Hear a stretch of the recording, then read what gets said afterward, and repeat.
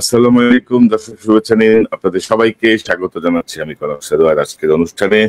দর্শক, শিরোনাম দেখে বুঝতে পারছেন যে জেনারেল ওয়াকারুজ্জামানকে নিয়ে বৈষম্য বিরোধী আন্দোলনের নেতা হাসনাত আব্দুল্লাহর একটি ফেসবুক স্ট্যাটাস, যেটি গতকাল বাংলাদেশ সময়ে রাতের বেলায় মধ্যরাতে তিনি দিয়েছেন, যে জেনারেল ওয়াকার আওয়ামী লীগকে পুনর্বাসনের একটি পরিকল্পনার কথা তাকে বলেছেন।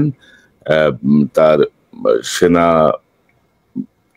বাহিনীর ভেতরে যে তার যে বাসস্থান, সেখানে তাদের একটি মিটিং এ তিনি এই কথাটি বলেছেন এবং তিনি যুক্তি দিয়েছেন যে কেন আওয়ামী লীগকে আবারও রাজনীতিতে আসতে হবে, না হলে বিশ্বের কাছে গ্রহণযোগ্য হবে না, ইত্যাদি ইত্যাদি অনেক কিছু। এই বিষয়টির পরেই বাংলাদেশের ছাত্র সমাজের একটি প্রতিক্রিয়া, সাধারণ মানুষের মধ্যে একটি প্রতিক্রিয়া, রাজনৈতিক যে দলগুলো আছে তাদের মধ্যে একটি প্রতিক্রিয়া, সব মিলিয়ে রাজনীতি আবার একটি গরম পরিস্থিতি, এই যে একটি অন্যদিকে টার্ন নিচ্ছে এমন একটি অবস্থা। তো এই সার্বিক পরিস্থিতি, সার্বিক বিষয় নিয়ে আমরা কথা বলবো। আমার সঙ্গে যোগ দিচ্ছেন, কারো বিস্তারিত পরিচয় দেওয়ার কিছু নেই, আমার সঙ্গে যোগ দিচ্ছেন আপনাদের অত্যন্ত প্রিয় মানুষ পিনাকি ভট্টাচার্য। কোনো বিশেষণে যাওয়ারই কোনো সুযোগ নেই, পিনাকিদা আপনাকে স্বাগত জানাচ্ছি। ধন্যবাদ। এবং আমার সঙ্গে যোগ দিচ্ছেন আপনাদের প্রিয় মানুষ ইলিয়াস হোসেন। ইলিয়াস, আপনাকে স্বাগত জানাচ্ছি। আসসালামু আলাইকুম। তো দাদা, এই যে পরিস্থিতি, জেনারেল ওয়াকারের হঠাৎ করে, আমি আজকে শিরোনামটা দিয়েছি মানে জেনারেল ওয়াকারের নেকাব খুলে গেছে। নেকাবটা আসলে মুখোশ না, নেকাবটা জাস্ট একটা আড়াল, যেটি আসলে বোরকার সঙ্গে পড়া হয়। তো এটা মুখোশও বলতে চাই নাই, এই জন্য নেকাবটা, এই জন্য শব্দটা ব্যবহার করা হয়েছে। যে ওনার হঠাৎ যে নেকাব খসে পড়লো, আহতরা এখনো হসপিটালে, 1 বছরও হয় নাই, মানে এরকম একটা রক্তাক্ত বিপ্লবের 1 বছরও পূর্ণ হয় নাই, কিন্তু এর মধ্যে উনি ইনক্লুসিভ ইলেকশনের কথা ভাবছেন, উইদাউট আওয়ামী লীগ এটি হবে না। অথচ দেখেন যে 3টা ইলেকশন হয়ে গেছে যেখানে বিএনপি ছিলই না। তো মানে তখন কিন্তু ওনারা তো মানে যার যার স্ব অবস্থানই তো ছিলেন না, কেউ একবার কারোর মধ্যে কোনো প্রতিক্রিয়া আমরা কিন্তু দেখি নাই। তো হঠাৎ করে এই বিষয়টা কেন আসলো, বা আপনি ইঙ্গিত দিচ্ছিলেন, আমরা কিন্তু বিভিন্ন সময় কথা বলছিলাম। পাশাপাশি জেনারেল ওয়াকার কিন্তু গত 7 মাসে আওয়ামী লীগের যারা ঘনিষ্ঠ তাদের কাউকে কিন্তু সরান নাই, মানে সবাই বহাল ছিল। তো আপনার কাছ থেকে শুরু করি পিনাকিদা, আপনার কাছ থেকেই শুরু করি। প্রথমে সবারই একটা প্রশ্ন যে আসলে ওয়াকার সাহেব কি চাচ্ছে, কেন এরকম করছেন। হ্যাঁ, এবং গত 25শে ফেব্রুয়ারি থেকে উনি যে অ্যাগ্রেসিভ ভাবে অ্যাড্রেস করছেন, সেই অ্যাগ্রেসিভনেস এর পিছনে কারণটা কি। আমরা ছোটবেলায় গ্রাম দেশে আমরা দেখতাম যে গ্রাম দেশে বাঁশঝাড় থাকতো এবং বাঁশঝাড়ের ওইখানে অন্ধকার, 2 দিক দিয়ে বাঁশ টাস ঝাড় ইয়ে হতো এবং মনে করা হতো যে ওইখানে ভূত পেতনি থাকে, জিন ভূতের আসর টাসর হয়। এবং ওই জায়গা দিয়ে যাওয়ার সময় আমরা জোরে গান গাইতাম আর কি, জোরে জোরে কথা বলতাম যেন জিন ভূতের আসরটা যেন না পড়ে। তো ওয়াকার সাহেবের অবস্থা হয়েছে এইরকম আর কি, উনি জোরে জোরে গলার জোর বাড়ায় উনি দেখানোর চেষ্টা করতেছে যে উনি ভয় পান নাই, কিন্তু আসলে উনি ভয় পেয়েছেন। ঘটনা হচ্ছে উনি কিসের ভয় পান? ভয়টা হচ্ছে জাতিসংঘের সেই রিপোর্ট, যে রিপোর্টটা আমি বলছি যে এটা একটা বিস্ফোরক, এবং এটা পাতায় পাতায় ছত্রে ছত্রে লেখা আছে কোন বাহিনীর কে কে কিভাবে মানুষের মানবাধিকার লঙ্ঘন করছে, গণহত্যা চালাইছে, গণহত্যার সহযোগী হয়েছে, এভিডেন্সকে ধামাচাপা দেওয়ার চেষ্টা করছে, এবং সমস্ত জায়গায় সুপিরিয়র রেসপন্সিবিলিটিতে ওয়াকার সাহেব। এবং ওয়াকার সাহেব এই বিচারটাকে এড়াতে চান। এটাই হচ্ছে ওনার এই জোরে জোরে কথা বলা এবং ইনস্টিটিউটকে বিতর্কিত না করতে বলার আহ্বান জানানোর পেছনের কারণ। এখন মুশকিলটা হচ্ছে কি, যে এই রিপোর্টটা তো আর প্রফেসর ইউনূসের সরকার তৈরি করেনি, রিপোর্টটা তৈরি করছে জাতিসংঘ। এবং এই রিপোর্টটা যদি কেউ ডিটেইল পড়ে দেখে তাহলে দেখবে যে মানে প্রমাণ হিসাবে তুলে ধরার ক্ষেত্রে জাতিসংঘ যে মেটিকুলাসলি প্রত্যেকটা তথ্য, প্রত্যেকটা এভিডেন্সকে কতবার ভেরিফাই করছে, হ্যাঁ, তার কোনো ইহত্যা নাই। মানে ধরেন আমি একটা এক্সাম্পল দিই, ধরেন একটা ছবি ব্যবহার করছে, হ্যাঁ, এই ছবিটা কিভাবে, কোথায়, কোন সোর্স থেকে পাইছে, কিভাবে সেটা ভেরিফাই করছে, কিভাবে ফটো ইমেজটাকে এনহ্যান্স করছে, কে করছে, হ্যাঁ, কোন ফরেন্সিক ল্যাবরেটরিতে এটা এনহ্যান্স করা হয়েছে, কোন ফরেন্সিক সায়েন্টিস্ট এটা এনহ্যান্স করছে, এভরিথিং ডিটেইল। মানে এর এইখানে যে এভিডেন্স গুলো দেওয়া আছে সেটা কোনোটাকে অস্বীকার করার কোনো ক্ষমতা নাই। এখন এই যে আমি একটা এপিসোড করছিলাম, আমি আর পরে আর করিনি, কারণ আমি ওই যে সমস্ত হেলিকপ্টার গুলো আকাশে উঠছিল এই হেলিকপ্টার গুলোতে ক্রু কারা ছিল এটার একটা তালিকা আমি পাইছি, এবং আমি একটা সম্ভবত আমি প্রথম যে হেলিকপ্টারটা উঠছিল এবং যেখান থেকে প্রথম গুলি করা হয়েছিল সেই ক্রু এর তালিকা দিয়েছিলাম আমি, যে কে কে ছিল, অ্যামিনিশন কি কি উঠছিল, অ্যামিনিশন কতটা খরচ হয়েছে, সেইটার হিসাব সহ আমি দিছিলাম। সো ডিটেলটা আছে। তো এখন দেখা যাচ্ছে কি যে এই হেলিকপ্টার গুলোতে প্রত্যেকটা কমান্ডিং পজিশনে আর্মি, তো ওয়াকার সাহেব এখন ওয়াকার সাহেবের চারপাশে তারা এখন সার্ভিং, ওয়াকার সাহেব সবাইকে বাঁচাইতে চাচ্ছে, এটাই হয়ে গেছে ওয়াকার সাহেবের মিশন। এখন ওয়াকার সাহেব বাঁচাইতে চাইলো, এর সাথে আর কে কে কারা কারা বাঁচাইতে চায়, ধরেন হাসিনার নামে তো একটা মামলা হবে, হাসিনার নামে শুধু না, হাসিনা, তার স্বরাষ্ট্রমন্ত্রী, তার যারা যারা সাথে সাথে ছিল, তার রাজনৈতিক নেতা টেতা সবগুলোর নামে মামলা। আচ্ছা, এরপরে মামলাটা যখন হবে তখন মোদির নাম আসবে না? মোদির নাম তো আসবে, মোদির নাম আসবে, কারণ সালাউদ্দিন সাহেবকে কিভাবে নিয়ে গেল, কিভাবে সে যে ইন্ডিয়ার একটা শহরে যে এসে আবিষ্কৃত হলো, তাই না? মৌলানা সাইদির যে সাক্ষী সুখরঞ্জন বালিকে তাহলে ঢাকা শহরের সুপ্রিম কোর্টের সামনে থেকে হাইজ্যাক করে নিয়ে যে কিভাবে সে ভারতের আদালত, ভারতের জেলে এসে ল্যান্ড করলো, এই বিষয়গুলো তো আসবে। এবং হাসিনার রেজিমকে আপনি কোনোভাবে মোদির সাথে আলাদা করতে পারবেন না। সো হাসিনা যখন ট্রায়ালের মুখোমুখি হবে, বিচারের মুখোমুখি হবে, মোদিও বিচারের মুখোমুখি হবে, সেই জন্য ইন্ডিয়া চাচ্ছে এই বিচারটা যেন না হয়, হাসিনা চাচ্ছে এই বিচারটা যেন না হয়, ওয়াকার চাচ্ছে এই বিচারটা যেন না হয়, এবং সে কারণেই ওয়াকার আয়নাঘর ভিজিট করতে দেয়নি, এবং সে কারণে ওয়াকার আয়নাঘরের এভিডেন্স গুলোকে সিস্টেমেটিক্যালি ডিস্ট্রয় করছে। এবং এই জন্যই ওয়াকার সবাই যত 662 জন পারপিট্রেটর, বিচারক, পুলিশ অফিসার ইত্যাদি ইত্যাদি ইত্যাদি, আওয়ামী লীগ নেতা ইত্যাদি থেকে রক্ষা করছে এবং তাদেরকে বাইরে পাঠিয়ে দিচ্ছে। এটাই হচ্ছে ওয়াকারের প্ল্যান, ডিটেইল প্ল্যান, যেটা আসলে ইনফ্যাক্ট ইন্ডিয়ার প্ল্যান। সে সেটাকে এক্সিকিউট করতে চায়। এখন এটাকে কিভাবে এক্সিকিউট করবে? এক্সিকিউট করার জন্য প্রথম হচ্ছে যে এখন এমন একটা আওয়ামী লীগ লাগবে যে আওয়ামী লীগটা শুদ্ধ, পিওর, ভালো আওয়ামী লীগ আর কি। এবং আমি খুবই হতাশ হয়েছি যে আমাদের অত্যন্ত শ্রদ্ধাভাজন কেউ কেউ বলছেন যে আওয়ামী লীগের শেখ পরিবারের বাইরের কেউ যদি এসে রাজনীতি করে, আওয়ামী লীগের রাজনীতি, সেটা আমরা গ্রহণ করবো। No way, no way. Awami লীগের রাজনীতি কি আসলে? আপনি কি রাজনীতি করছে? আমাদের রাজনীতিটা কি? আমাদের রাজনীতি হচ্ছে ধর্মনিরপেক্ষতা, বাঙালি জাতীয়তাবাদ, বাঙালি জাতীয়তাবাদ, সকল গণতন্ত্র, এবং এইটার নামে বাংলাদেশে একটা ফ্যাসিবাদ কায়েম করা, এটাই তো তার রাজনীতি। দুইবার আওয়ামী লীগ ক্ষমতায় ছিল, শেখ মুজিবুর আমলে ক্ষমতায় ছিল, সে ফ্যাসিবাদ কায়েম করছে, একদলীয় শাসন কায়েম করছে। শেখ হাসিনার আমলে 15 বছরের শাসনে একই জিনিস সে ফ্যাসিবাদ কায়েম করছে। আওয়ামী লীগের রাজনীতি ফ্যাসিবাদ, ফ্যাসিস্ট রাজনীতি। তাহলে আওয়ামী লীগের কি রাজনীতি? ভালো ফ্যাসিবাদ হয় নাকি? ফ্যাসিবাদের তো কোনো ভালো মন্দ নাই, মানে গুয়ের তো কোনো ভালো গু মন্দ গু নাই, গু অলওয়েজ গু, গুয়ের কোনো ভালো গন্ধ তো হয়। তো এই জন্যে এই ভালো আওয়ামী লীগ, মানে ভালো আওয়ামী লীগের প্রতিভূকে, ভালো আওয়ামী লীগের প্রতিভূ হচ্ছে শিরিন শাহ, ভালো আওয়ামী লীগের প্রতিভূকে, ভালো আওয়ামী লীগের প্রতিভূ হচ্ছে সাবের হোসেন চৌধুরী। কেন ভালো আওয়ামী লীগ? কারণটা হচ্ছে এখানে ক্লাস, শ্রেণী। এখন তোমরা বলবা যে দাদা আপনি আবার কমিউনিস্টের মধ্যে ঢুকেন, এইটাই হচ্ছে আসল বাংলাদেশের প্রবলেম, রুলিং এলিট ক্লাস। এই যে রুলিং এলিট ক্লাস, ইংরেজি জানা ক্লাস, এটাই হচ্ছে সবসময় ক্ষমতায় থাকবে। এটাই ডেইলি স্টার, এটাই প্রথম আলো, এটাই সাবের হোসেন চৌধুরী, এটাই শিরিন শারমিন, ইংরেজি শিক্ষায় শিক্ষিত। ওই যে ইংরেজি যেহেতু কইছি সেহেতু ঠিকই কইছি, সেই জন্য ইংরেজি জানা এই রুলিং ক্লাস সবসময় ক্ষমতায় থাকবে। সেটা আওয়ামী লীগের নামে হোক, এটা মিলিটারি শাসনের নামে হোক, এটা বিএনপির নামে হোক, এটা হোয়াট এভার নামে হোক, এটাই তারা থাকতে চায়। এবং এটাই যদি থাকে তাহলেই সেইটা ইন্ডিয়ার স্বার্থটাকে রক্ষা করবে, ভারতের স্বার্থটাকেই রক্ষা করবে। এখন এখানে প্রশ্ন উঠতে পারে যে এই গ্রুপটা কেন আসলে ইন্ডিয়ার স্বার্থটাকে রক্ষা করবে? কারণ তারা ইন্ডিয়ার সাথে ইকোনমিক্যালি এন্ড ইমোশনালি কানেক্টেড।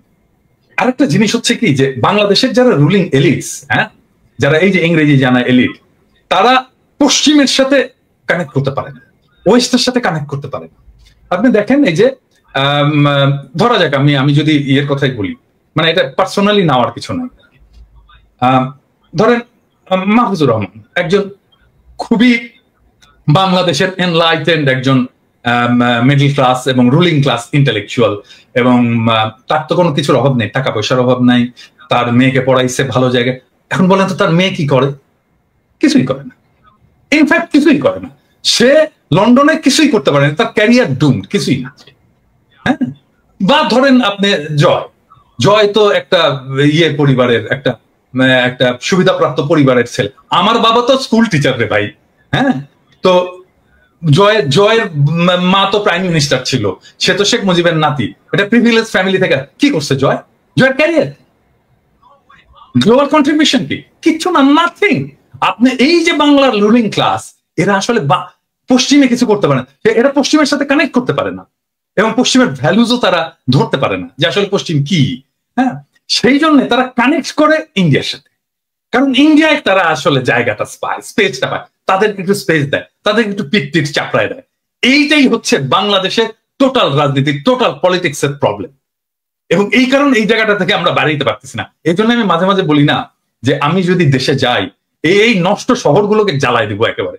কারণ এটাকে ধ্বংস করে না দিতে পারলে, এই এলিটিজমকে ধ্বংস করে না দিতে পারলে, আপনি এই যে ফ্যাসিবাদের যে চক্কর, এই যে এলিটিজমের যে চক্কর, এটা থেকে বাইরে হতে পারবেন না।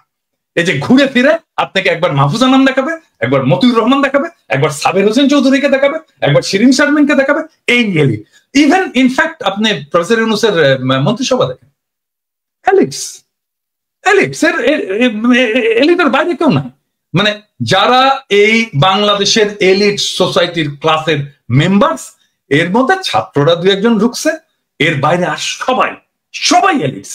আপনি দেখেন, মানে আচ্ছা বলেন কোন, আমি বলি এটা এখন বললে অন্যরকম শোনায়। প্রফেসর ইউনূসের একজন মিডিয়ার দরকার, একজন মিডিয়াতে কাজ করে, বিদেশে থাকে, এরকম একজন এক্সপার্ট আমার বিশেষ সহকারী দরকার। কাকে বলেন তো? আমি আপনাদেরকে বলতেছি না, আমি দর্শকদেরকে বলতেছি। আচ্ছা আপনারা বলেন তো, আপনাদের কার নামটা মনে আসে? বলেন তো কার নামটা মনে আসে? আমাকে যদি বলতো যে প্রফেসর ইউনূস যে আচ্ছা পিনাকি আমাকে একটু খুঁজে দেন তো, আমার একজন বিশেষ সহকারী দরকার, একজন ভালো করতে পারবে, বিদেশে থাকে, লেখাপড়া করছে, আমার মাথায় প্রথম কনক সরোয়ারের নাম আসতো। আরে কনক সরোয়ার পিএইচডি করে এলিট গ্রুপে ঢুকতে পারেনি, কারণ ওই যে এলিট সোসাইটি, ওই যে আলিরিয়াজ মিলে যে সোসাইটিটা তৈরি হয়েছে, ওইটার মধ্যে কনক সরোয়ার নাই। সেজন্য কনক সরোয়ারের নাম আসে না, মনির হায়দারের নাম আসে। মনির হায়দার বিশেষ সহকারী হয়। হ্যাঁ, তো এইটা তো প্রবলেম আমাদের। এটা তো শুধু প্রবলেমটা, এইটা শুধু মানে Awami League, BNP, professor Yunus problem না, এটা টোটাল বাঙালি এই সেকুলার এলিট সোসাইটির প্রবলেম। এবং এখান থেকে আসছে এই আওয়ামী লীগের পুনর্বাসনের এই জায়গাটা। যতক্ষণ পর্যন্ত না রিয়েল অর্থে জনগণ যতক্ষণ পর্যন্ত না এম্পাওয়ার্ড হচ্ছে, ততক্ষণ পর্যন্ত এই প্রবলেমটা থাকবে এবং এই লড়াইটাও থাকবে। আমাকে অনেকে বলে না যে আমি স্থিতিশীলতা চাই না, অমুক হই, আমি মবস্টার, আমি মব লড়াই দিই, অমুক করি তমুক করি, এই সমস্ত বলে না। আরে ভাই, আপনি তো সমাজের বেসিক দ্বন্দ্বটাকে রিজলভ করতে হবে। তো আপনি যে হ্যাভ নটস, তাদের দিকে তাকাইতে হবে, তো তাদেরকে পলিটিক্যালি এম্পাওয়ার করতে হবে। তো আপনি তাদেরকে পলিটিক্যালি এম্পাওয়ার করবেন না, এবং আপনি তার ন্যায়সঙ্গত বিদ্রোহকে আপনি মব জাস্টিস বলবেন, এটা হইতে পারে না। আপনি এটা করতে পারবেন না, আপনাদেরকে এটা করতে দেওয়া হবে না, প্লেন অ্যান্ড সিম্পল। তবে দাদা, আপনি যেটি বলছিলেন যে শুধু তো এলিট শ্রেণী না ইউনূসের মন্ত্রিসভায়, ধরেন বিপ্লবের সঙ্গে, বিপ্লব পরবর্তী সরকারে কিন্তু বিপ্লবের সঙ্গে সংশ্লিষ্টতা পূর্ণ মানুষও নাই। আর আমি দর্শকদেরকে বিনীতভাবে বলি, দাদা একটা এক্সাম্পল হিসেবে আমার কথা এনেছেন। ডক্টর ইউনূসের বিশেষ সহকারী হওয়ার জন্য আমার কোনো আগ্রহ নাই, বা আমি ওইটা যাইতে চাইও নাই। দাদা জাস্ট একটা এক্সাম্পল হিসেবে বিষয়টা এনেছেন, আপনারা আবার এটাকে অন্য ব্যাখ্যা করেন না। তো দাদা, আমি আসবো আবার আপনার কাছে। এই যে ধরেন ইলিয়াস, আপনি কিভাবে দেখছেন? আপনার কাছ থেকে একটু শুনি। ধরেন যা বললো মোটামুটি সবকিছু কভার আপ হয়ে গিয়েছে। আমি শুধু যেই সিচুয়েশনটার কারণে আমাদের আজকে লাইভ, যেটাকে উদ্দেশ্য করে আমি সেই জায়গায় কিছু কথা বলতে চাই। হাসনাতের ফেসবুক পোস্ট, তিনি তার পোস্টে বলেছেন 11 তারিখে তাকে ক্যান্টনমেন্টে নিয়ে যাওয়া হয়েছিল, রাইট? আজকে কত তারিখ? 21 তারিখ আজকে আমাদের। বাংলাদেশে 22। এই 10 দিন হাসনাত বলেন নাই কেন?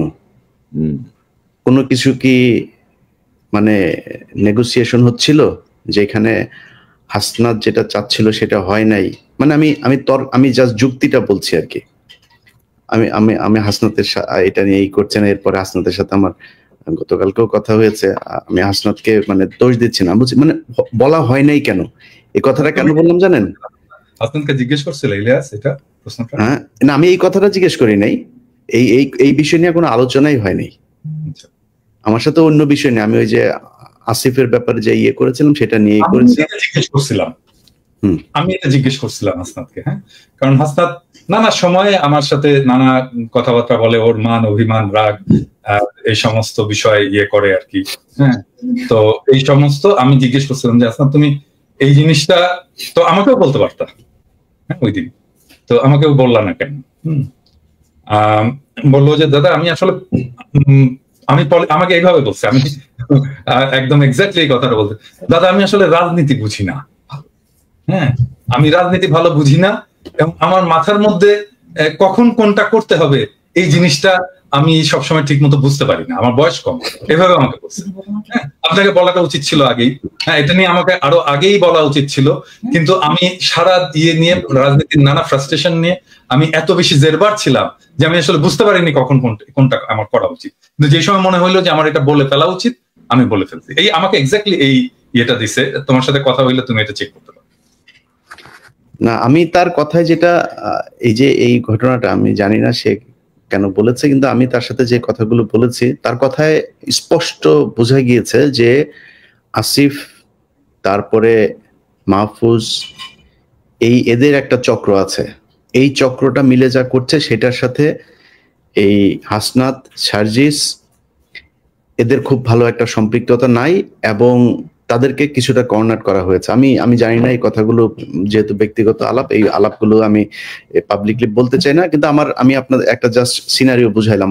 দর্শকের হয়তো অনেকের মনে হইতে পারে যে মনে হয় এই হাসনাত মানেই বোধহয় মাহফুজ মানেই বোধহয় আসিফ, না এইখানেও একটা একদম সরাসরি একটা পার্টিশন করা হয়েছে।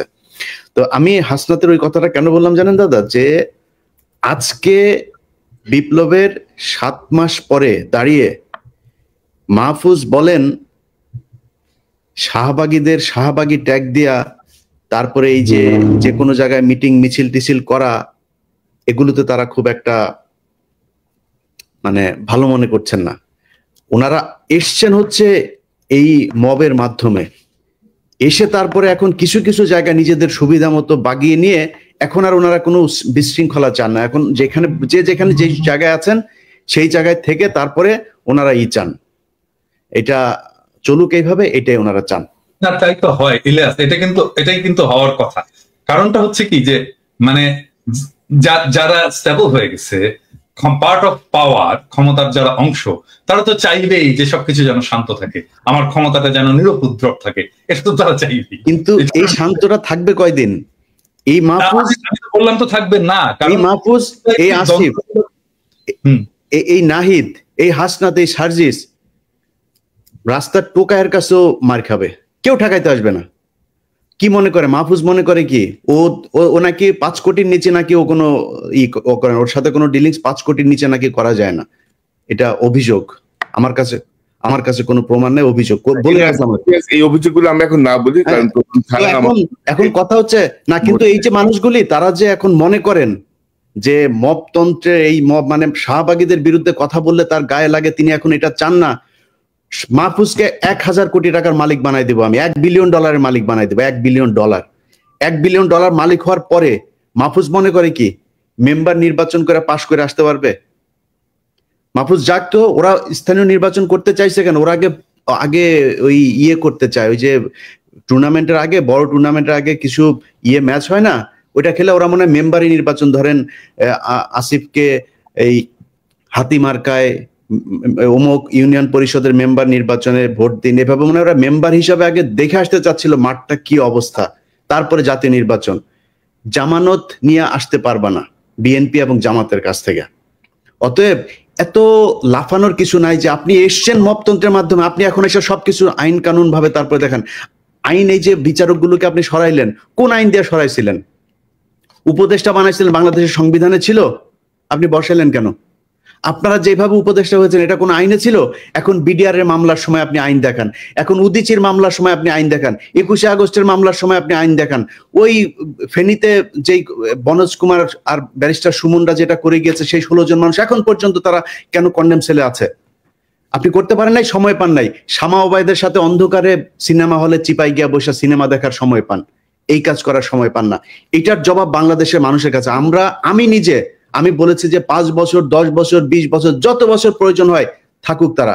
আমরা তো বিএনপির কাছ থেকে বেশি সুবিধা নিতে পারতাম, তাই না? আমরা সেটা করিনি, আমরা বলেছি এরা থাকুক। বরং বিএনপি অনেক ক্ষেত্রে এই বাংলাদেশের সবচেয়ে, এই যে 3 জন লোক এখন বসে কথা বলছে এখানে, এই 2-3টা লোক এখন বিএনপির সবচেয়ে বড় শত্রু। কার জন্য হয়েছে? আমরা বাংলাদেশের মানুষের জন্য, এই ছাত্রদের জন্য। তারা গোনাই ধরে না। মনে হয়েছে যে এইভাবে এসে তারপরে কয়েক বিলিয়ন টাকা কামায় তারপরে মনে হয় তারা বাংলাদেশে আবার ক্ষমতায় আসবে। এত সহজ? আপনার মতো এরকম কয়েক বিলিয়ন ডলারের মালিক বাংলাদেশে বিএনপির অনেক নেতা আছে, নাম ধরে বলতে পারি, তারা আওয়ামী লীগের সময়ই কামাইতো। আপনি কি মনে করেন নাকি আজকে এই বিতর্কে আর গেলাম না, তারা কামাইতে পারতো, কিন্তু তারা কিন্তু আপনি বাংলাদেশে রাজনীতি করতে পারবেন, আপনার চেয়ে বহু টাকাওয়ালা লোক বসে আছে বাংলাদেশে। আমি একটা জিনিস, সরি ইলিয়াস, আমি ইন্টারাপ্ট করার জন্য, যে জিনিসটা আমি আমার সকালবেলা দেখে খুবই মেজাজ খারাপ হয়েছে। নাসিরউদ্দিন পাটোয়ারি জাতীয় নাগরিক পার্টির একজন খুবই গুরুত্বপূর্ণ নেতা, সে আজকে একটা স্ট্যাটাস দিচ্ছে, মানে আমার দেখছেন, কেউ দেখছেন এটা স্ট্যাটাস? ইলিয়াস দেখছো? আমি খেয়াল করিনি। সেই স্ট্যাটাসে সে বলতেছে জিয়াউর রহমান লুটেরা। মানে কি ধৃষ্টতা! মানে এই ছেলের তো রাজনীতি করার কোনো অধিকারই নাই, রাইটই নাই, কোনো রাজনীতি করার বিন্দু মাত্র তার পলিটিক্যাল ট্রেনিং নাই। মানে সে জিয়াউর রহমান ক্যারেক্টারকেও বোঝেনি, জিয়াউর রহমানের রাজনীতিকেও বোঝেনি, জিয়াউর রহমানের কন্ট্রিবিউশনকেও বোঝেনি, এবং জিয়াউর রহমান বাংলাদেশের জন্য কি সেটাও বোঝেনি। সে বলে দিল লুটেরা। এত বড় ধৃষ্টতা! আশ্চর্য ব্যাপার।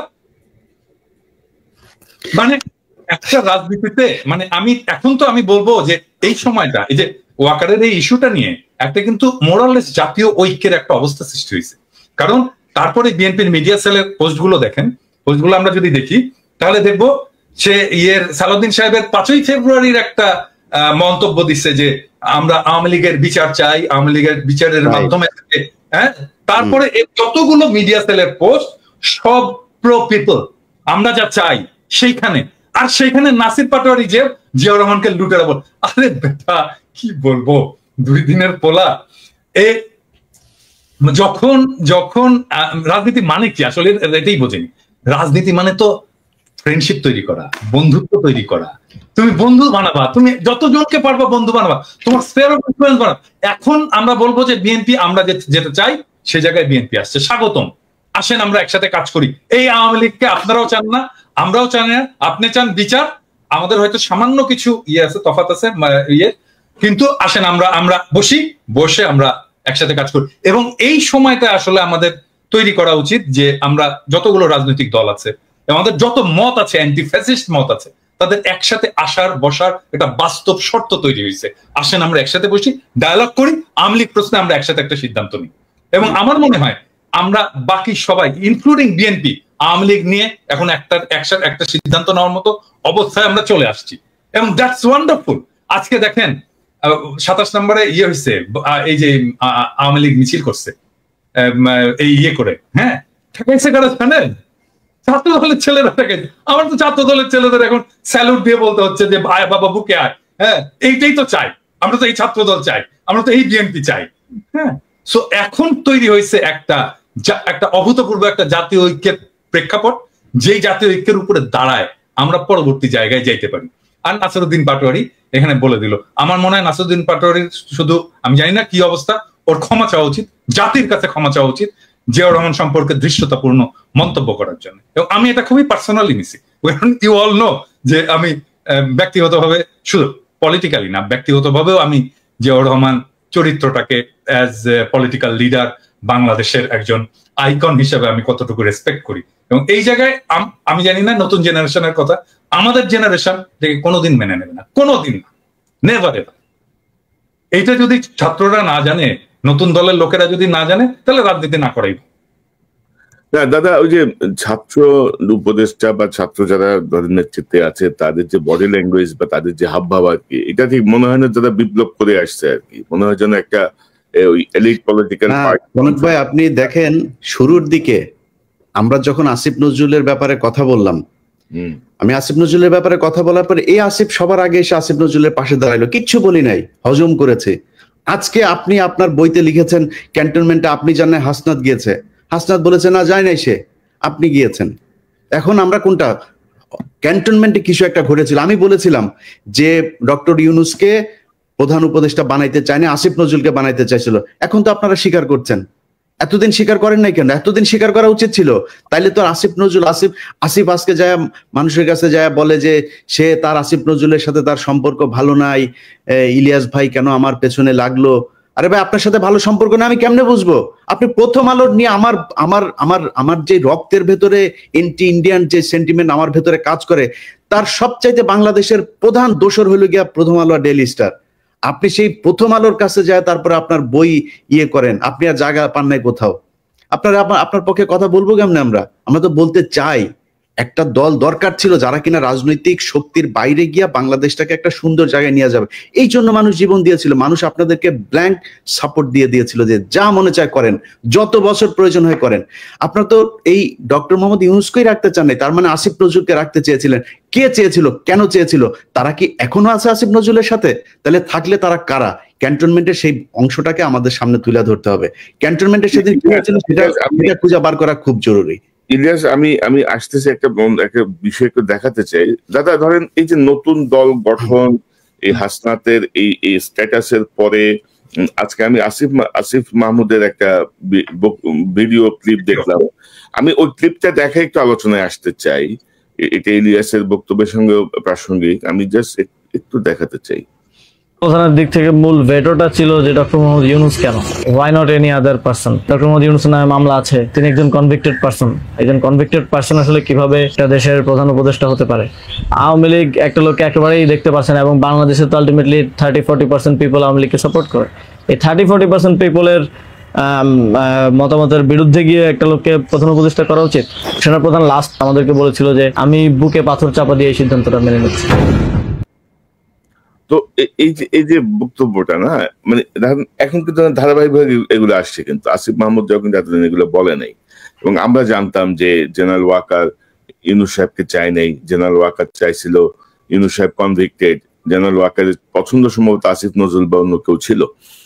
তো এই মুহূর্তে ধরেন হাসনাতের স্ট্যাটাস, এই আসিফ মাহমুদের এই বক্তব্য বা সবকিছু মিলিয়ে নতুন যে রাজনৈতিক মেরুকরণ বা সমীকরণ কি হতে যাচ্ছে আপনি কি মনে করেন? বা পরিস্থিতি যা দেখছি, ওয়াকার সাহেবকে হয়তো সরে যেতে হবে এমন একটা পরিস্থিতি, কিন্তু তো পিনাকিদা আপনি কি মনে করতেছেন?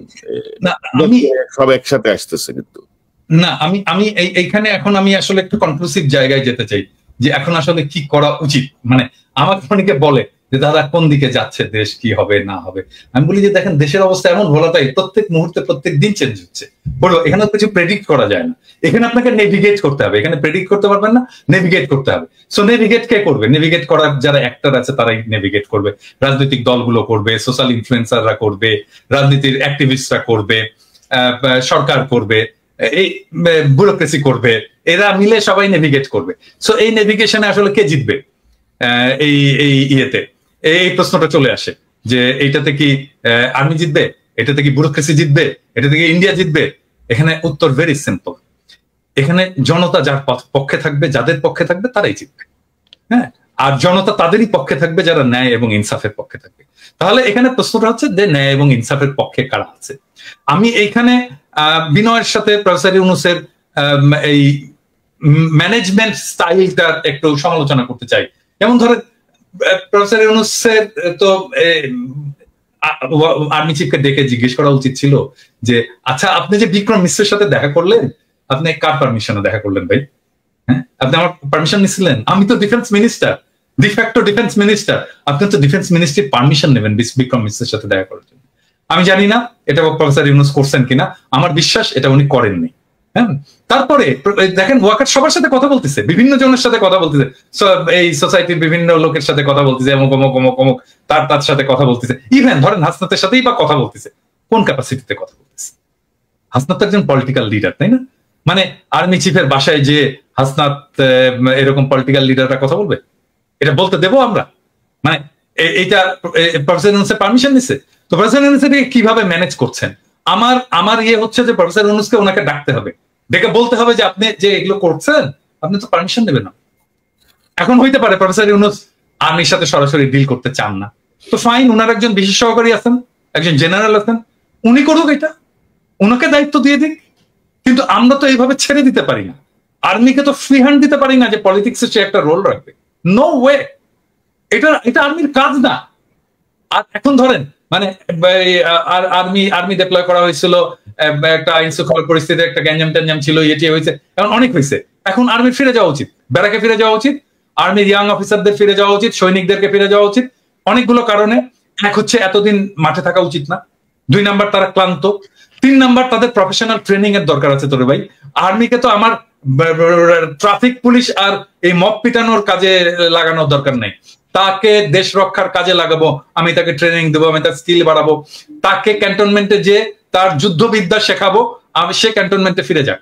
আর্মিকে দ্রুত ক্যান্টনমেন্টে ফিরিয়ে নিয়ে যাওয়া হোক, এবং ফিরিয়ে নিয়ে যেতে তাদেরকে বিশ্রাম এবং তার পরবর্তী কাজের মধ্যে লিপ্ত করা হোক। এবং সেটার জন্য সিভিল প্রশাসনটা ফাংশনিং হতে পারতেছে না আর্মি, কারণ মনে করতেছে ও আচ্ছা আর্মি এসে তো এটা ট্যাকেল করবেই, আমার তো এটা যাওয়ার দরকার নেই। এই জায়গাটাকে একটা খুবই স্ট্রিক্ট প্রফেসর ইউনূসকে একটা রোল নিতে হবে, যেন আর্মি কোনোভাবেই পলিটিক্স নিয়ে কোনো ধরনের চিন্তা ভাবনাই না করে। এটা তো আর্মির কাজ না রে ভাই, এটা তো ওয়াকারের কাজ না। আপনি কেন যাচ্ছেন? মানে কোন নির্বাচন ইনক্লুসিভ হবে, কোনটা হবে না, এটা তো সেনাবাহিনীর প্রধানের চিন্তা করার বিষয় না, এটা রাজনৈতিক সরকার বা সরকারে যারা আছে তারা দেখবে। আর আপনি যেটি বলছেন দাদা, ম্যাজিস্ট্রেসি পাওয়া নিয়ে মাঠে থেকেও তো খুব বেশি আমরা সুফল কিন্তু পাইনি, মানে কোনো বিষয় নিয়ে আমরা খুব বেশি যে সুফল পেয়েছি তা কিন্তু না।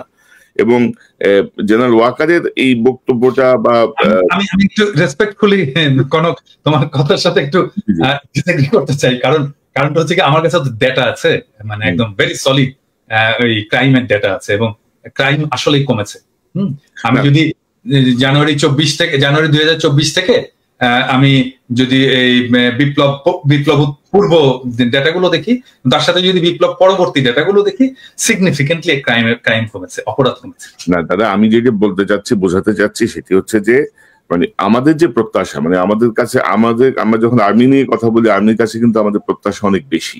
এবং আপনি যদি দেখেন যে ফুল ম্যাজিস্ট্রেসি পাওয়ার নিয়ে আর্মি থাকার পরে পুলিশ নাই, ভরসার জায়গা ছিল একটাই যে আর্মি কন্ট্রোল করবে, কিন্তু সেই জায়গাটায় এটা নিয়ে আপনি কথা বলেছেন বা আমরাও কথা বলেছি, বিভিন্ন জায়গায় যে আওয়ামী লীগের যেসব অফিসার গুলো বসানো কমান্ডে, তারা বলছে এসব চুপচাপ বসে থাকো, মানে এরকম মতো এসছে। তো যেটা আমাদের আর্মিকে ক্ষতিগ্রস্ত করছে, ওইটাই আমি বলতে যাচ্ছি আর কি, যে ফুল ফ্লেজের কাজ হয় নাই। আপনি বারবার বলেছেন জেনারেল ওয়াকারকে কাকে কাকে সরাতে হবে, কি কি করতে হবে, আমরা বলেছি, মানে কেউ কিন্তু কোনো যে গুলি করলো, যে বিজেপিতে পোস্টেড ছিল, গুলি করলো সরাসরি সাবমেশিন গান দিয়ে, এটাই মানে দাদা কোথাও কিন্তু কোনো শুনতেছে না, যেমন ওয়াকার সাহেব শুনতেছে না, ধরেন ইউনূস স্যার ওনার মন্ত্রিসভা নিয়ে আমরা এত কথা বলতেছি, সেই ঘুরে ফিরে কিন্তু সেই ট্র্যাশ গুলাই বসে আছে, কিন্তু চেঞ্জ হচ্ছে না। কিন্তু তো এগুলো আলটিমেটলি ডক্টর ইউনূসকে একটা পর্যায়ে যে মেলাইন করবে, একটা পর্যায়ে ক্ষতিগ্রস্ত করবে। এখনো হয়তো উনি বুঝতে পারছেন না, বাট অলরেডি তার প্রসঙ্গে অনেক কথা আসছে যে উনি কেন এদেরকে নিয়ে রাখছেন, বসায় রাখছেন এই লাইবিলিটিস গুলো। তো কথা কিন্তু কেউ শুনতেছে না, আর্মিও শুনতেছে না, সরকারও শুনতেছে না, এই হচ্ছে গিয়ে আমাদের অবস্থা। তো এখন আপনার কি মনে হচ্ছে এই যে ধরেন হাসনাতের বক্তব্য বা আসিফের এই বক্তব্য, সবকিছু মিলিয়ে কোনো পরিকল্পিত কোনো কিছু কি আপনার কাছে মনে হয় দাদা? মানে কেউ পরিকল্পনা করে এই ঘটনাগুলো ঘটাচ্ছে কিনা, মানে পরিকল্পনা করে একটার পর একটা ঘটনা এসে ধরেন অন্য কোনো শেপে যাবে কিনা? ওই যে আমি যে বললাম যে প্রেডিক্ট করা মুশকিল, কারণ এখানে অনেকগুলো ইন্টারেস্ট গ্রুপ তো কাজ করছে। মানে এখানে ইন্ডিয়া কাজ করছে, এখানে কাজ করছে, এইখানে মিলিটারি ব্যুরোক্রেসি কাজ করছে, এখানে জেনারেল পারপিট্রেটর জেনারেল যারা গণহত্যা গুম খুনের সাথে যুক্ত ছিল তারা এখানে কাজ করছে, এখানে হাসিনা কাজ করছে, হাসিনার দলের লোকেরা কাজ করছে, তার ফাইন্যান্স কাজ করছে। হ্যাঁ, তো তো এই যে একটা কমপ্লেক্স সিচুয়েশন, এর মধ্যে আমরাও কাজ করছি ডেফিনেটলি, আমরা জনগণকে জানাচ্ছি, আমরা জনগণকে উদ্বুদ্ধ করছি, জনগণ আমাদের কথা শুনছে, এখানে আমাদেরও রোল আছে। সো এই যে মাল্টিপল ফ্যাক্টর যে কাজ করছে বিভিন্ন দিক থেকে, তো এটা ট্রাজেক্টরি কোন দিকে যাবে, মানে এটা কোন দিকে নিয়ে যাবে দেশটাকে, সেটা প্রেডিক্ট করা মুশকিল। কিন্তু আমি বলবো যে আমি তো প্রেডিক্ট করি না, আমি নেভিগেট করি। আমি এর মধ্যে দিয়ে হাল বেয়ে আমি এক জায়গায় যেতে চাই আর কি, এর মধ্যে দিয়ে ড্রাইভ করে আমি এক জায়গায় যেতে চাই। সো আমি ড্রাইভ করে যাব যেটা ন্যায় ইনসাফের পক্ষে, এবং আমরা সবাই থাকবো, জনগণকে আহ্বান জানাবো যেটা ন্যায় এবং ইনসাফ সেই জায়গায় থাকবেন। এবং আমি 4টা জিনিস বলছিলাম, কনকা মনে আছে কিনা, আমি আবার বলি সবাইকে, আমি 4টা জিনিস নিয়ে আমি কাজ করি এবং আমি চাই এটা আমাদের জাতীয় ঐক্যের ভিত্তি হওয়া উচিত। নাম্বার 1, বাংলাদেশে আওয়ামী ফ্যাসিবাদ জীবনে ফিরবে না, আমরা ফিরতে দেব না।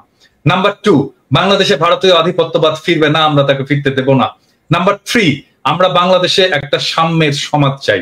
নাম্বার 4, বাংলাদেশে আমরা একটা ইনসাফের সমাজ চাই। আমার চাওয়া এই সামান্য 4টা জিনিস, এই 4টার জন্য আমি জীবন দিয়ে দেব, এবং এইটাই আমার অন্যের সাথে ঐক্য করার ভিত্তি হবে। এবং আমি প্রফেসর ইউনূস সরকারকেও বলবো যে আপনার কাজের মধ্যে এই 4টার রিফ্লেকশন ঘটা। এবং আমি বিএনপি কে বলবো, জামাত ইসলামীকে বলবো, বাংলাদেশের সকল রাজনৈতিক দলকে বলবো যে এখন আপনারা বসে আসেন, আমরা একটা জাতীয় ঐক্য তৈরি করতে পারি কিনা এই 4টা বেসিসের ভিতর। আপনারা যদি কিছু অ্যাড করতে চান করতে পারেন, কিন্তু যত বেশি অ্যাড করবেন এটা কমপ্লেক্স হবে। এবং আমি বিএনপির যত নেতার সাথে কথা বলছি, জামাতের যত নেতার সাথে কথা বলছি, ইভেন জামাতের বাইরেও যত নেতার সাথে কথা বলছি, এমনকি ছাত্রদের যত নেতার সাথে কথা বলছি, এই 4টা পয়েন্টে কিন্তু কেউই ডিসএগ্রি করেনি, কিন্তু ফর্মালি আমরা কেন বলতে পারতেছি না এটাকে আমার এটা ঐক্যের প্ল্যাটফর্ম হবে, এর উপরে দাঁড়িয়ে আমরা আমাদের পরবর্তী রাজনীতি নির্মাণ করব। রাইট। তবে দাদা, এই যে সেনাপ্রধানের উদ্ভূত যে পরিস্থিতি, বক্তব্য, এখানে আমার মনে হয় যে আইএসপিআর এর একটা ব্যাখ্যা খুব জরুরি। আসলে সেনাপ্রধান কেন বলেছেন, কোন প্রেক্ষিতে বলেছেন, কি বিষয়, এটা ব্যাখ্যা আমরা খুব সহজ দিতে পারে। কিন্তু আইএসপিআর কে ঠিক কথা বলবে, মানে আইএসপিআর সেটাই বলবে যেটা তাকে বলে দেওয়া হবে। এটা ইয়ে না, আমরা এটা অনেক পরে জানতে পারবো যে আসলে কেন এটা হয়েছিল। আমি একটা ইন্ডিকেশন পাইছি যে আসলে উনি কেন এত ভয় পাইছেন, একটা ইন্ডিকেশন পাইছি, এটা কালকে বলবো নি আমার দর্শকদেরকে। না, মানে সামথিং রং আছে, সামথিং রং। আর ডক্টর ইউনূসের প্রতি আহ্বান যে আপনি আরেকটু স্ট্রংলি বিষয়গুলো হ্যান্ডেল করেন। ইলিয়াস, আপনি কি মনে করেন, মানে পরিস্থিতি কি দেখতেছেন, কোন দিকে যাচ্ছে, বা এই আপনার মনে কোনো আশঙ্কা আছে কিনা? আমিও কনক্লুশনে যাই, কারণ হচ্ছে যে এতক্ষণ যা বললাম সেটা একজন দেশের নাগরিক, আমার মনে হয় একজন দর্শক যে চিন্তাটা করছে সেই কথাগুলো আমি কিছুক্ষণ আগে বললাম। কিন্তু এখন এইখানেই যদি আলোচনা শেষ হয় তাহলে মানুষ হোপলেস হবে, তাহলে কি হচ্ছে, কি হইতে পারে। দেখেন, আমাদের দেরি হয়ে গেছে, এটা সত্য কথা। যদি আপনি চিন্তা করেন, এখন আমরা বলছি সবাই আওয়ামী লীগকে নিষিদ্ধ করতে হবে, মানে আমার এই কথাটা মানে দুইভাবে করার সুযোগ নাই। আওয়ামী লীগ নিষিদ্ধের ক্ষেত্রে পৃথিবীর ভিতরে যদি একটা প্রাণী জীবিত থাকে সেটা আমি সবার আগে, বাট তারপরও যুক্তির খাতিরে বলি। কারণ বাংলাদেশে মুসলিম লীগ আছে না এখনো, বাংলাদেশে এখনো জাসদ বাসদ টাসদ বহুত দল আছে না, নিষিদ্ধ করা লাগে নাই তো, নিষিদ্ধ করতে হয়েছে না। নিজামী ইসলামী পার্টি অনেক পার্টি ছিল, বড় বড় পার্টি ছিল, ইভেন মাওলানা ভাসানীর দল পর্যন্ত তো এখন খবর নেই। যদি মানুষ না চায়, দল এমনিতেই চলবে না, দল এমনিতে ব্যান্ড হয়ে যায়। মানুষ চায় কিনা, মানুষ তো চায় না। আমরা আলোচনা করেই বোধহয় আওয়ামী লীগকে আরো বেশি মানে চাই কি না চাই, কিন্তু আমরা তাদেরকে চাই না চাই তার চাইতে সবার আগে আমাদের চোখের সামনে যে আওয়ামী লীগ গুলো আছে তাদেরকে আমরা সরিয়েছি এখন পর্যন্ত। যদি আমি ক্যান্টনমেন্ট বাদও দেই, ক্যান্টনমেন্ট তো সুপার ক্লাস, এরা তো আবার সুপিরিয়র, এদেরকে নিয়ে তো কিছু বলা যাবে না। এরা তনুকে ধরে ধর্ষণ করে মারা ফেলছে, তনুরে মারার পরও ক্যান্টনমেন্টে সে ব্রিগেডিয়ারের বিরুদ্ধে এখন পর্যন্ত কোনো বিচার, নামও বলে নাই কেউ। আমি অনেক চেষ্টা করেছি তনুর পরিবারকে, তার পরিবারকে নানান ভাবে এই গোয়েন্দা সংস্থার লোকজন করেছে। এই দেশে যদি সেনাবাহিনীর নিয়ে বলতে যায়, 5 তারিখের পর থেকে যত সমস্যার কারণ, সব সমস্যার মূল কারণ হচ্ছে সেনাবাহিনীর কতিপয় এই দুষ্কৃতিকারী। এরা 32 নম্বরে ভাঙতে যাওয়ার সময় বাধা দিয়েছে, এরা প্রথম আলো সামনে নিয়ে তারপরে সেনাবাহিনী দাঁড় করিয়ে রেখেছে। এরা গিয়ে এই পর্যন্ত যত আলেমরা বের হয়েছে সে আলেমদেরকে, আপনি জানেন কনক ভাই, আমি সেনাবাহিনীর প্রতিনিধিকে আমি একদম সরাসরি বলেছে যে আপনাদের এই অফিসার করছে, বললো হ্যাঁ আমরা দেখছি, আমি এখনই দেখছি। আমাদের সামনে বসে ফোন দিল ঢাকাতে, কি হয়েছে? এখনো পর্যন্ত আলেমদেরকে জামিন দেয় না। জজ সাহেব জামিন দেয়, সেনাবাহিনীর এই ডিজিএফআই ফোন করে তারে থ্রেট করে। এই জন্য সেনাবাহিনী এই জন্য আমাদের দেশে সেনাবাহিনী নাকি? তো এটা করছে সেনাবাহিনী এখন পর্যন্ত। আওয়ামী লীগ যদি নাকি আপনি ছাত্ররা, আমি আপনাদের অনেক কমপ্লেন করলাম, এখনো পর্যন্ত আপনাদের সুযোগ দিচ্ছে। আগেই বলেছে খুব বেশি দিন সময় নাই, এই ছাত্রদল ছাত্র শিবির যাদেরকে আপনারা এখন তুচ্ছ তাচ্ছিল্য করে কিছুই নিজেদেরকে বিশাল আকারে সাম্রাজ্যের মালিক মনে করেন, এই ছাত্রদল ছাত্র শিবিরের কারণেই ৫ তারিখের ঘটনা ঘটানো সম্ভব হয়েছে। আপনাদের পক্ষে করা সম্ভব হইতো না এককভাবে, এটা মনে রাখেন। তাদেরকে নিয়ে ছাত্রদল ছাত্র শিবির মারামারি করবে, টেন্ডারবাজি করবে, অনেক কিছু করতে পারে। তাদের ব্যাপারে কথা বলতে গেলে খুব সাবধানে কথা বললেন, যারাই 15 বছর অন্তত সরকারের সাথে হাত মেলায় নেয় তাদের ব্যাপারে। সো তাদেরকে হিসাব করে যেমন কথা বলতে হবে। আর আপনারা যারা কিনা এখন পর্যন্ত আওয়ামী লীগের যে লোকজনগুলো আছে, যারা মনে করেন যে আপনারা কয়দিন পরে টাকা পয়সা নিয়ে তারপরে খুব ভালো অবস্থানে থাকবেন, সেই ছাত্রদেরকে বলতে চাই, যদি নাকি আসলে এই দেশে থাকতে চান, আমি আবারও রিপিট করি, দেশে যদি থাকতে চান, পরিস্থিতি যা হয়েছে আপনি দেশেই থাকতে পারবেন না। আসিফ নজরুল অলরেডি তার বউ বাচ্চা আমেরিকায় পাঠিয়ে দিয়েছে, সে টাকা পয়সা যা পাঠাচ্ছে একদম দায়িত্ব নিয়ে বলছি, আপনাদেরকে গ্যারান্টি দিয়ে দিলাম, আসিফ নজরুল আমেরিকাতে প্রপার্টি কিনেছে। প্রপার্টি কার মাধ্যমে কিনেছে সেটাও জানি। পরিস্থিতি আসলে আপনারাই জানতে পারবেন, তখন এই ক্যান্টনমেন্টের ঘটনা যেমন আজকে বের হয়েছে ওইভাবে সবকিছু সামনে নিয়ে আসা হবে। আচ্ছা, এই যে টাকা পয়সা নিয়ে করছেন, এটা নিয়ে বাঁচতে পারবে না। কি করতে হবে? যেটা করতে হবে সেটা হচ্ছে এই যে হত্যা মামলার আসামিগুলো আছে না, এটার উপরে আপনাদেরকে সবার আগে এমফেসিস করতে হবে। আপনারা যারা আহত হয়েছে না, তাদের চিকিৎসার জন্য সর্বোচ্চ করতে হবে। যারা নিহত হয়েছে তাদের পরিবারকে খুব দ্রুত বড় অঙ্কের রাষ্ট্রীয় কোষাগার থেকে তাদের জন্য করতে হবে। এর আগে আমি বলেছি, পিনাকিদা বলেছে, আমরা একদম স্পষ্টভাবে যে যদি আপনার টাকার প্রয়োজনের ফান্ডের প্রয়োজন আমাদেরকে বলেন, আমরা ফান্ড কালেক্ট করে দেব। বাংলাদেশের মানুষ এই জুলাইয়ের যে শহীদ, তাদের জন্য তাদের সর্বোচ্চ স্যাক্রিফাইস করতে রাজি আছে। আপনাদের কারণে মানুষ সেগুলো নিয়ে কথা বলে না, কারণ আপনারা তোলেনি না। মাঝখানে একবার কষ্টের কথা বলি, মাঝখানে একবার এরা পঙ্গু হাসপাতালের সামনে গিয়ে দাঁড়াইলো। আমি একজন ছাত্র উপদেষ্টাকে, সমন্বয়কে আমি বললাম যে ভাই, এই মানুষগুলো এখনো পর্যন্ত আমাদের মিডিয়াতে কথা বলে তারপর চিকিৎসা নিশ্চিত করতে হবে। সে আমার কি জবাব দিছে জানেন দাদা? সে আমারে বলে যে ভাই, এরা হইছে উপদেষ্টা হইতে চায়, বুঝছেন? আমার এরা উপদেষ্টা হইতে চায়, এদের অন্য ধান্দা আছে। যে কোনো ডিসেন্ট ভয়েসকে, যে কোনো প্রমিনেন্ট ডিসেন্ট ভয়েসকে বলা শুরু করে আর কি, যে উপদেষ্টা হইতে পারেনি জন্যই এরকম এগুলি করে। তো আমরা এই বিডিআর হত্যাকাণ্ড নিয়ে ধরেন যে কাজগুলো করা হয়েছে, সেনাবাহিনীর পক্ষ থেকে এখনো পর্যন্ত যেই কারণে বিভিন্ন জায়গায় তাদের লোকজন বিভিন্ন লোকজনকে থ্রেট করে, একজন আলেম তাকে জামিন দেওয়া হয়েছে 2000 আপনার মানে এখন থেকে 9 বছর আগে। তারাবি নামাজ পড়ে সে যে বাড়িতে যাচ্ছে তারে ফলো করে করে তারপরে বাড়িতে ঢোকার সাথে সাথে তারে ধরে নিয়ে আসছে। 16 বছর বয়স একজন হাফেজ। আচ্ছা সরি, আমি ইলিয়াস এখানে একটু ইন্টারাপ্ট করি তোমাকে, কারণ এটা আমাদের ইন্টারনাল আলাপ, যেটা আমরা বাইরে বলিনি এখনো। আমি তোমাকে বলছিলাম যে আলেমদের যারা, আমি কিন্তু বেশ কিছু আলেমের মামলা ডিসমিস করার জন্য আমি নিজে ব্যক্তিগত উদ্যোগ নিয়ে এই কাজটা করছি, পিপিদের সাথে কথাবার্তা বলে। এবং এই লিস্টটা একটু প্লিজ করো তুমি। আমার সাথে কালকে রাতেই আমার সাথে আলেমদের একটা প্রতিনিধির মিটিং হবে। আপনি চাইলে আমি আপনাকে তাহলে সেখানে রাখতে পারি। আমাকে রাখো, লিস্টটা দাও। আমি নিজে আমি এখানে ভলান্টিয়ার করতে চাই এবং আমি ওনাদেরকে হেল্প করতে চাই। গ্রাউন্ড লেভেলে দরকার হলে আমি কথা বলে যেভাবে হোক এই ভুয়া মামলাগুলো থেকে তাদেরকে বের করে নিয়ে আসার আমি চেষ্টা করবো। দাদা, আমরা শোটা শেষ করে এই একটা 5 মিনিট একটা মিটিং করে নেব। আমি যেটা বলতে চাচ্ছিলাম, গুরুত্বপূর্ণ দুটো পয়েন্ট বাদ পড়ে যাচ্ছে। শিরিন শারমিন চৌধুরী, আপনি জানেন যে ভুয়া পাসপোর্ট করতে যে এক সেনাবাহিনীর কর্মকর্তার বাসায় তিনি আছেন, তার ব্যক্তিগত কর্মকর্তাকে দিয়ে প্রভাব খাটিয়ে তিনি তার পাসপোর্ট করতে চেয়েছিলেন। তার মানে শিরিন শারমিন চৌধুরী এখনো দেশে আছেন। আমি জানি যে আরাফাতও দেশে আছেন, আরাফাতও দেশে। আরো অনেক আওয়ামী লীগকে কিন্তু এই যে জেনারেল ওয়াকারের বিষয়ে গতকাল যে বক্তব্যটি আসলো, তার মাধ্যমে বোঝা যাচ্ছে যে একটা গ্রুপকে এখানে পোষা হচ্ছে, মানে বিকল্প আওয়ামী লীগ বা নতুন আওয়ামী লীগ বা এরকম বিষয়টা নিয়ে। তো সেই জায়গাটায় আসলে কি করণীয়, এই বিষয়টা একটু হ্যাঁ, মানে এটা ভালো আওয়ামী লীগ যদি তৈরি করা যাইতো, তার চেয়ে ডাক্তাররা অনেক আগে গবেষণা করে বাইর করার চেষ্টা করতো যে কি করলে গুয়ে গন্ধ হবে না।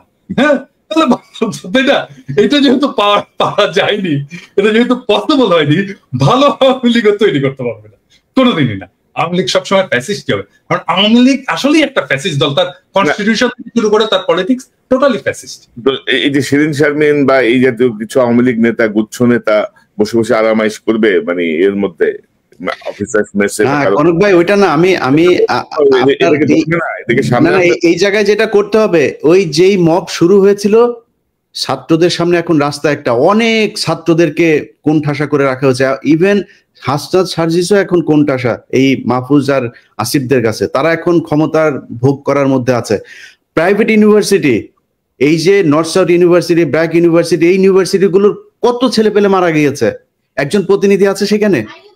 মাদ্রাসার স্টুডেন্টরা মারা গিয়েছে, তাদের কোনো প্রতিনিধি আছে? জামাত বিএনপির লোকজন মারা গিয়েছে, তাদের কোনো খবর আছে? মনে হচ্ছে এই আসিফ, নাহিদ আর মাহফুজ তিনজন মিলে বাংলাদেশ স্বাধীন করেছে। মাহফুজ কোন জায়গায় ছিল? মাহফুজ মাঠে কোথায় ছিল? আমরা এটা দেখতে চাই, ভিডিও ফুটেজ দেখতে চাই। মাহফুজ মাঠের কোন জায়গায় ছিল? সামনাসামনি সে ফাইট করেছে? কোথাও ছিল না। আচ্ছা, তিনি এখন মাস্টার মাইন্ড হয়ে গিয়েছেন। এখন এই যে জিনিসগুলো করা হয়েছে, আমি মনে করি আমার সাথে অনেকে যোগাযোগ করে, প্রাইভেট ইউনিভার্সিটির বিশেষ করে একটা বিশাল বড় গ্রুপ আছে, এই গ্রুপগুলো চায় তারা এদের ব্যাপারে, আমি বলি যে দেখেন ভাই, ওরা যেভাবে চালাচ্ছে চালাক, যেহেতু তারা 5 তারিখের একটা পক্ষ, আমি তাদের প্রতি একটা সফট কর্নার ছিল, কিন্তু আজকে বলছে যারা যারা আছেন সবাইকে, ইভেন কি ভিপি নুরুল হক নূরের দল, তার কন্ট্রিবিউশন নাই এখানে আছে নাকি? নূরের কোনো কিছু আছে নাকি? আমি বলি ভাই, আমি আমার কথা বলি, আপনার কথা বলি, বলেন কষ্টের কথা আজকে বলি। আজকে যেহেতু আলোচনা এসছে নতুন করে, আমার নামে মামলা আছে, এই মামলাগুলো সরানো উচিত না? এমন কোন উপদেষ্টা কেউ ফোন করেছে আমাকে এখন পর্যন্ত যে ভাই কি হয়েছে, কোথায় আছে আপনার মামলা? আসিফ নজরুলের ওই নারী কেলেঙ্কারি করবো, তখন আসিফ নজরুল ফোন করে, ইলিয়াস আপনার কি কি আছে আমার একটু দেন। আরে বেটা, তোর কাছে আমার দেওয়া লাগবে কেন? তুই আগে চাইছিস আমার কাছে? আগে চাস নাই কেন? আগে যদি চাইতি তাহলে তোর আমি দিতাম। এরপরে আজ পর্যন্ত কেউই করে নাই, কেউ করে নাই। আমরা এটার কোনো পক্ষ না, আমাদের কাছে জিজ্ঞেস করার প্রয়োজন নেই। আমাদের কোনোদিন একটা ফোন করে তো কোনো মন্ত্রণালয় থেকে ফোন করে বলে নাই যে ভাই আপনারা, আপনাদের প্রতি কৃতজ্ঞতা, বেটা চেয়ারটা তো পাইছিস আর বসে গেছিস। চেয়ার কি এমনি এমনি হয়েছে নাকি? এই বাংলাদেশে আজকে যে মানুষের যেই ভারত বিরোধী যে মনোভাব, এটা ইলিয়াস, পিনাকি, কনক স্যার তারা তৈরি করেছে, এই জন্য হয়েছে। এত সহজে আসে নাই। যেই সময় আপনারা কথা বলতে পারেন নাই, যেই সময় কনক স্যারের বোন জেলখানায় ছিল, সেই সময় আপনারা কই ছিলেন? কোথায় ছিলেন? কি ছিল? একটা পোস্ট করতে পেরেছেন ফেসবুকে? এখন মুখ বড় করে অনেক বিএনপির নেতাও বলে ফেলেন যে বাইরে বসে কিছু মানুষ খায়া দেয়া কাম পায় না। এই কথাটা 7 মাস আগে বলতি, তাইলে বুঝাইতাম। 7 মাস আগে বলিস নাই কেন? তো আমি মনে করি বাংলাদেশে সবাইরে তো ঢালাওভাবে বলা সম্ভব না। জামাত, বিএনপি, হেফাজত, এই প্রাইভেট ইউনিভার্সিটি, পাবলিক ইউনিভার্সিটি, এই যে এখন দেখেন যেখানে যাচ্ছে তারা মার খাচ্ছে। কারণ কি? কারণ ওই পক্ষটা তাদের এই কার্যক্রমকে পছন্দ করে না। তো আমি মনে করি তাদের কালকে থেকে যেখানে যেখানে সময় টিভিতে এখন পর্যন্ত খুনিরা বসে অফিস করে। ভাই খুনি কেমনে অফিস করে? তা বলেন তাহলে যে কেউ মারা যায় নাই, আপনি হত্যা মামলার আসামিরা আপনি অফিস করতে দেন, এটা কোন ধরনের নাটক? আশিক রহমান, এই যে আরটিভির হত্যা মামলার আসামি, কই? আপনি তারা ধরেন না। সো কালকে থেকে লিস্টিং করতে হবে কোন কোন অফিসে এখন পর্যন্ত হত্যা মামলার আসামিরা আছে, আওয়ামী লীগের দোষর আছে, সেই অফিসে যায় তারপরে বাই ফোর্স তাদেরকে ওইখান থেকে সরাইতে হবে। সাংবাদিক, প্রথম আলোর যেসব সাংবাদিকরা এই বাংলাদেশে ভুয়া জঙ্গি বানায় তারপরে তাদেরকে 12 বছর গুম করে রেখেছে, তাদেরকে কি করতে হবে? সবচাইতে বড় কাজ যেটা, সেটা হচ্ছে যারা এই 12 বছর গুম ছিল, ভাই আপনারা লোক পান না, কারে কোথায় বসাবেন, কে ভালো মানুষ? আরে ভাই ভালো মানুষের দরকার নেই, খারাপ মানুষের নিয়ে বসান। মনে করেন গুম ছিল, এরা খুব খারাপ মানুষ, ওরে নিয়ে বসান, ও যাই করুক অন্তত বিট্রে করবে না। আওয়ামী লীগকে আনার জন্য ওরা কোনো কাজ করবে না, কারণ ওরা 12 বছর গুম ছিল। এই লোকগুলির কোথাও বসানো নেই। গুম ঘরে নিয়ে যায় পরিদর্শনে, সেখানে হাসিনুর রহমানরে নিয়ে যায় না। আপনি কোন দেশে আছেন? আপনার এই ওয়াকারের গায়ে আগুন জ্বলে যায় হাসান নাসের আর আসিনুরের নাম শুনলে। আপনি কে ওয়াকার মিয়া? আপনার জীবনের সবচাইতে বড় পাপ, আপনি যে দোজকে যাবেন, আপনি নাকি মাগরিব থেকে এসা পর্যন্ত আপনি নাকি কোরআন ছাড়া কিছু বুঝেন না। আমাদেরকে বুঝায় গেল ভাই, আজকে বলি নামটাম না বলি, আমার আর কনক ভাইরে আর্মির প্রতিনিধি দল আইসা নিউ ইয়র্কে এসে বুঝায় গেল, উনি মাগরিব থেকে এসা পর্যন্ত কারোর সাথে দেখা করেন না, কোরআন শরীফ পড়েন। এইভাবে নাকি কেমনে পরে চশমা চোখে দিয়ে এইভাবেও দেখা গেল না, একদম সামনে বসা। আমরা বিশ্বাস করলাম। আমরা কিন্তু তারপর থেকে পিনাকি দাদার কাছে আমি মাপ চাই আজকে। পিনাকি দাদা আমারে বলছে যে তুমি ইয়ারে কেন করলা, ওয়াকারে কেন ব্ল্যাঙ্ক সাপোর্ট দিলা। আমাকে দাদা ইয়ে করেন, দেখেন বিডিআর এটা নিয়ে ভালো একটা রেজাল্ট আসবে। ফারাবির এখন পর্যন্ত ছাড়ে নাই। আমারে বললো ইলিয়াস আপনি কি চান? আমি বললাম আমি চাই বাংলাদেশের আলেমগুলো, যেই আলেমরা, যেই ছাত্রদল, ছাত্র শিবির, যেই ইয়েগুলো লোকগুলোকে শেখ হাসিনা 12 বছর জেলে পাঠিয়েছিল তাদের সবাই ছাড়বেন। ফারাবির নাম ধরে বলেছে, ফারাবির এখন পর্যন্ত ছাড়ে নাই। তো পিনাকিদার কথা সেদিন না শুনে আমার ভুল ছিল, আজকে বুঝতে পারলাম। এই জন্য পিনাকিদার কাছে সরি। অতএব এই জায়গাগুলো ঠিক করতে হবে। আমরা কারোর আর বিশ্বাস করি না, আবার ফের সেই জায়গায় আসতে হবে। যারা আছেন কালকে থেকে লিস্টিং করতে হবে, লিস্টিং করে তারপরে ঠিক করতে হবে কোথায় কোথায় কোন কোন অফিসে আওয়ামী লীগের দালাল আছে। দল নিষিদ্ধের আগে এদেরকে আগে এখান থেকে সরাইতে হবে। নাইলে যারা এখন এই যে আওয়ামী লীগের লোকজন দেখেন, বিএনপির ভাই এবং জামাতের ভাইদের বলি, তারা এখন আপনাদের দলে যাওয়ার জন্য পারাপারি করে না, কালকে দেখবেন সবার আগে আপনারে ধরবে। অতএব জামাত, বিএনপি কোনো দলের মধ্যে কোনো ভাগাভাগি নাই। আপনাদের ভেতরে রাজনৈতিক সমস্যা থাকবে, খুনোখুনি হবে, মারামারি হবে, সব হবে, এক জায়গায় এক হইতে হবে। সেটা হচ্ছে আওয়ামী লীগ বাংলাদেশে কোনোভাবে পুনর্বাসিত হইতে পারবে না। ব্যাস, এই জায়গায় আর কোনো কিছু নাই। সবাই প্রস্তুতি নেন, আবার বিপ্লব শুরু হবে ইনশাল্লাহ। দাদা আপনার কোনো মন্তব্য? আমার নামেও কিন্তু একটা মামলা শুধু খালাস হয়েছে, তাও এটা কিন্তু কেউ উদ্যোগ নেয়নি। কারণ আমার মামলার সাথে ছিল মুশফিকুল ফজল আনসারী আর ওই যে আশিক ছেলেটা তো খুব নামকরা অ্যাক্টিভিস্ট এবং খুব উদ্যমী ছেলে। ও নিজে এটা করছে, সেই জন্য ওর সাথে সাথে আমার মামলাটা খালাস হয়েছে। কিন্তু আমার অন্য মামলাগুলো কিন্তু কোনোটাই খালাস হয়নি, সবগুলোই আছে।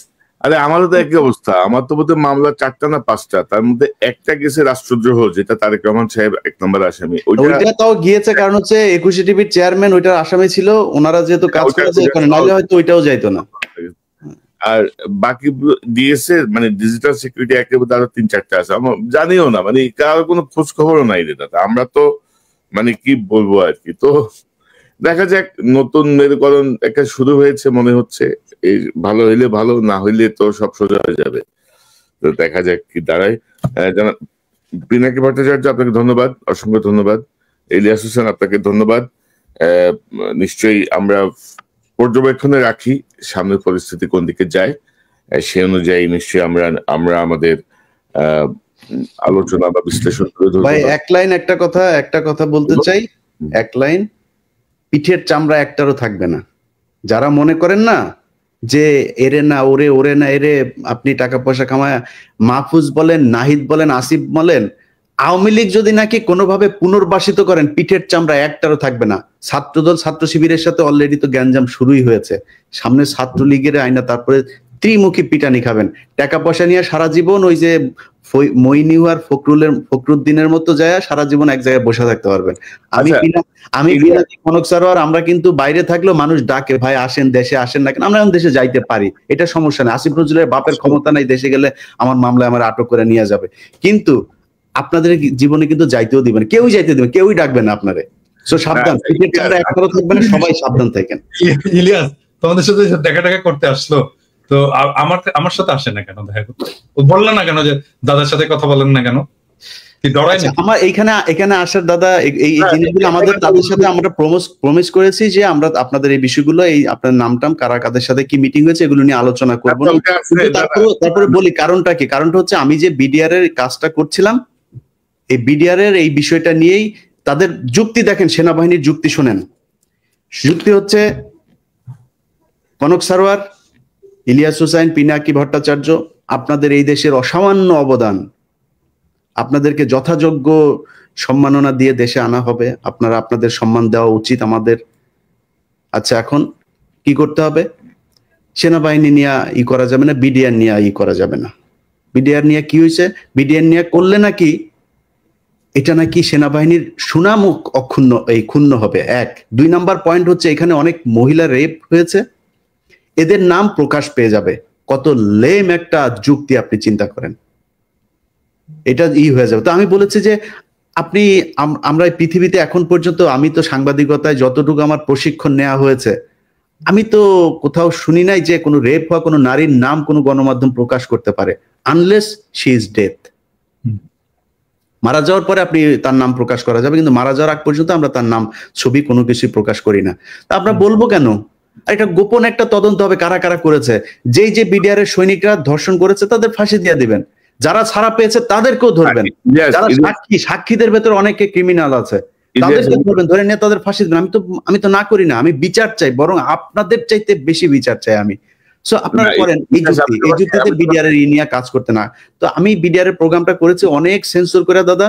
এইটারে নিয়ে যদি আসল কথা যদি বের করা যায়, তাহলে সেনাবাহিনী যারা মারা গিয়েছে তাদের মধ্যে অনেকের পোলাপানের মান সম্মান নিয়ে রাস্তায় বার হইতে পারবে না। যাদেরকে আমরা শহীদ বলি এদের মধ্যেও 2-4 জন আছে যাদের পোলাপান রাস্তাঘাটে বের হইতে পারবে না মান সম্মান নিয়ে। সব দোষ বিডিআর এর এখানে দিয়া, এবং ওই যে এটা শুনি নাই দেখেই কিন্তু তার পরের দিনই কিন্তু ওই সেনাপ্রধান বলেছে ফুল স্টপ। আমাদের ওই মিটিং এর পরের দিনই কিন্তু ফুল স্টপ, 24 তারিখের ঘটনা তাইলে। হ্যাঁ, মিটিং এর পরের দিনই ফুল স্টপ। মানে আমি একটা বিষয় বলি যে দাদা দেখেন যে বিডিআর বা সেনাবাহিনীর সম্মান, এই যে নতুন যে কমিশনের যে সে ল অনুযায়ী হাসিনা যে বিচার করে গেছে সেই বিচারে কিন্তু কমিশন হাত দিতে পারবে না। ওই বিচার কিন্তু বহাল, কিন্তু ওই আইন বহাল, ওই বিচার বহাল, তদন্ত বহাল, সবই বহাল। ওইটা একটা চ্যাপ্টার, কমিশনের হচ্ছে সেকেন্ড চ্যাপ্টার। কমিশন কিন্তু এটা ইন্টারফেয়ার করতে পারবে না। তো এখানে তো বোঝা যায় যে বিডিআর এর জায়গাটা রিয়েলি উন্মোচন হোক, এটা বর্তমান সময়ের অনেকেই চাচ্ছে না। তো আমার মনে হয় যে আমরা আজকে আর বড় না করি, এখানে একটা সেন্টেন্স একটু বলতে চাই, একটা সেন্টেন্স বাংলাদেশের সমস্ত রাজনৈতিক দলগুলোকে, যে ভাই উত্তর পাড়ার সাথে ঘুটু করা বন্ধ করেন, ওখানে যাওয়া বন্ধ করেন। আপনারা যদি যান, কে যাচ্ছেন ধরবো একটা করে, আর একেবারে কচ্ছপের কামড় দিয়ে কিন্তু ধরবো। উত্তর পাড়ার সাথে পলিটিক্যাল পার্টির কোন ধরনের কোনো আলোচনা চলবে না আজকে থেকে। এবং এটা নিয়ে তত্ত্বাবধায়ক সরকারেরও এটা একটা উদ্যোগ নেওয়া উচিত, যেন এইখানে এইটাই শুরু করে। একবার হলো এই এমবেসি গুলোতে যে ধর্ণা দেওয়া, আবার শুরু হয়েছে উত্তর পাড়াতে যে ধর্ণা। জনগণের কাছে যাও রে ভাই, জনগণের কাছে যাও, ওইটাই রাজনীতি। ওর জন্যই রাজনীতি করো, উত্তর পাড়ার জন্য করো না। আর এমবেসি একটা জিনিস দাদা, সেটা হচ্ছে যে আমরা এই আলোচনায় হয়তো সেনাবাহিনীর কষ্ট হইতে পারে যে আমরা সেনাবাহিনীর বিরুদ্ধে, আমরা সেনাবাহিনীকে এই দেশের রক্ষক মনে করি। আমরা তাদেরকে তাদের সম্মানের জায়গায় দেখতে চাই। সেনাবাহিনীর মিডল, তারপরে জুনিয়র যারা আছে, তারা প্রচন্ড দেশপ্রেমিক।